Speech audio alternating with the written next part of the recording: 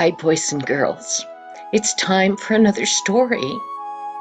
Our story today is called The Super Coupe and the Old Dodge. Well, Anthony, he was in the garage working with his dad on a 1929 Dodge that had belonged to his grandfather. Well, his father loved that car. And Anthony felt the same way about it. He had spent hours and hours and hours with his father working on that car, polishing it. They made the chrome sparkle. It was black, and now it was shiny. And they'd even put a new top on it, a convertible top. It was looking real good. And Anthony kept thinking his city that he lived in had lots of parades. And whenever they had parades, the antique cars all rode through the middle of the parade. And Anthony thought, someday I'm going to get to be in the parade riding in an old antique car. Well, he wasn't old enough to drive yet, but just the idea of being able to ride in a parade seemed exciting to him.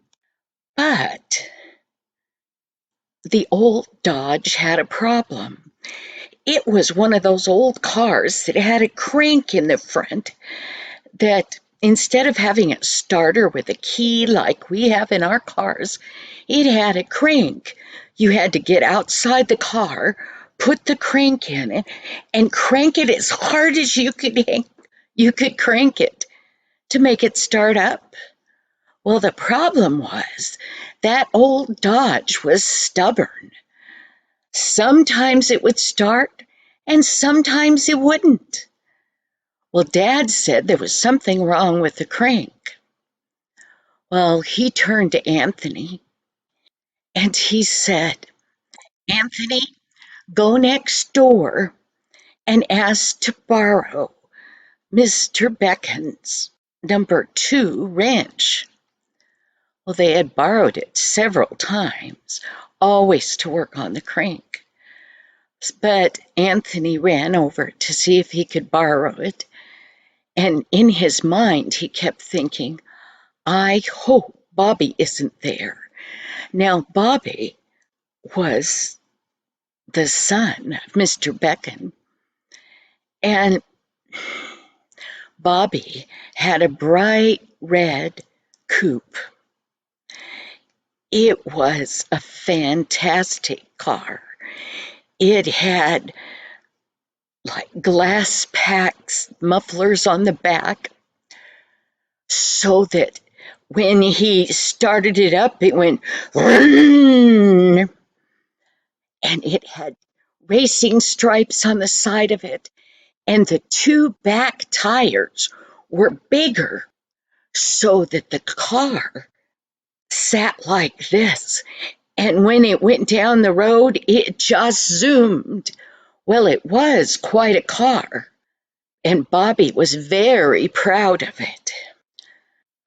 But Anthony, he wanted their car to run, and he wasn't as interested in Bobby's car as a lot of the other boys were.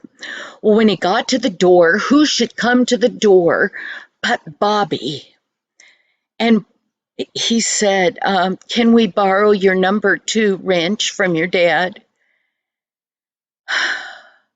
Well, Bobby said, still having trouble with that old crank? Well, Anthony, inside his head, he went, why does he always have to tease me? I think he's just jealous that I'm going to have a car. Well, Bobby said, yeah, come on, let's go back and we can get that wrench. Well, they had to pass Bobby's red coupe in order to get to where the tool shed was. That car was really something, Bobby thought. And Anthony was thinking the same thing, but he didn't bother to compliment Bobby on it. Well, he got the wrench, and as they were leaving, Bobby turned to Anthony and he said, "Oh, let me know if you ever need a tow." And Anthony immediately was angry. He didn't say anything, but he wanted to say, "I'll never need a tow from you and your red coupe." But he didn't say it. When he got home, Dad worked on that crank again, and he finally got it so it was in what he thought was right. But it still would only start the car every other time. Well, it was getting late, and Dad said to Anthony, "You know, we need to stop for the day. Mom's got dinner ready, I bet. We can work on it again tomorrow. Maybe it's not the crank. Maybe it's just the shaft. Maybe I need to work on that." Well, Anthony, he was disappointed because he'd hoped they would have been able to have it running by tonight. But they went inside and washed up and got to the table. Well, Anthony was eating his mashed potatoes, and he said to Dad, he said, "Why does Bobby always have to be teasing me about our car, about our crank? He's just, it just makes me mad." Well, Mother looked at Anthony and said, "Anthony, I think you're judging Bobby wrong. Maybe you should be careful what you think. Your attitude isn't getting very nice." Well, Mother got up to get a couple other things to put on the table, and she looked out the window and she said, "Where's all that black smoke coming from?" There were huge billows of black smoke out the window. Anthony got up and he looked. It was the Venetian blind factory that was behind their house, and it was on fire. Not only were there big billows of black smoke, there was 12-foot high tongues of fire coming out of the middle of that building. And suddenly, Anthony thought about the old Dodge. Grandpa's old Dodge was in the garage that was close to that factory. He grabbed the key and it ran as hard as he could. He got out there and he was so nervous he couldn't hardly get the key to go in the garage door. Finally, he got the garage door open. He grabbed that crank. "Oh, please, let this be one of the times that the Dodge will start." He cranked. Well, then his father was behind him. His father jumped in behind the wheel. He said, "Give her a big crank." And he cranked, but nothing happened. Dad tried, and he tried, and nothing happened. And then they heard the sound of a loud muffler coming toward them, and the screeching of brakes. And there in the driveway sat Bobby with his red coupe.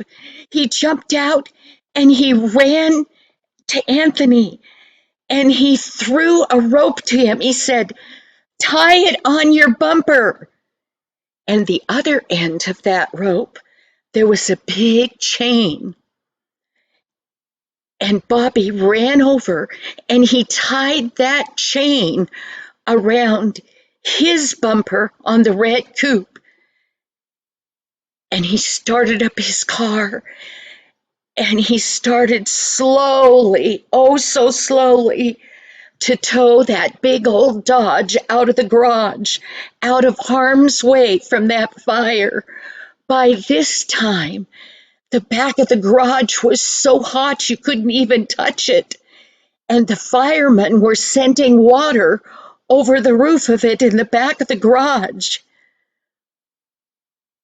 But Anthony had towed that Dodge out away where it would be safe. Well, Bobby and Anthony stood in Anthony's yard watching the fire trucks put water on that building. They were soon able to get it under control. Oh, both boys sighed. That was a big thing. Then Anthony turned around, and the two old cars were sitting there together. They were still tied together with the rope around the bumper of the old Dodge and the chain around the bumper of the red coupe. Anthony looked in shock at that what had been shiny chrome bumper of that beautiful red coupe. The chrome was all torn up by that steel chain. And the Dodge was so heavy that when Bobby had towed with the coupe that big Dodge. He had pulled his bumper off of one side of the coupe. Anthony stood there and he turned to Bobby. He said, he went over and he touched that bumper. He said, I'll pay for the damages. And Bobby said, no, it's okay. And Anthony knew then that Bobby was a true friend. He had given Anthony the rope end of the tow rope, knowing that the rope would not hurt the old Dodge's chrome. He had chosen to put the metal chain on his bumper, knowing that it would probably tear it up. He cared about his neighbor. Now Anthony looked at Bobby, and Bobby said, I don't need you to pay for the damage on my car. I'll get it fixed. But, I really would like to come over and help you fix that crank on the old Dodge. And Anthony stood there looking at him in amazement. And Bobby reached out and patted Anthony on the shoulder. Bobby was much older than Anthony, but Bobby and Anthony knew that now they were going to be friends and that Anthony had judged Bobby wrong. You need to be careful what you think about people because you may be totally wrong. You may not even know what that person is truly like. Jesus would want you to not judge other people. Boys and girls, thank you for listening, and I'll see you again next week. Bye-bye now.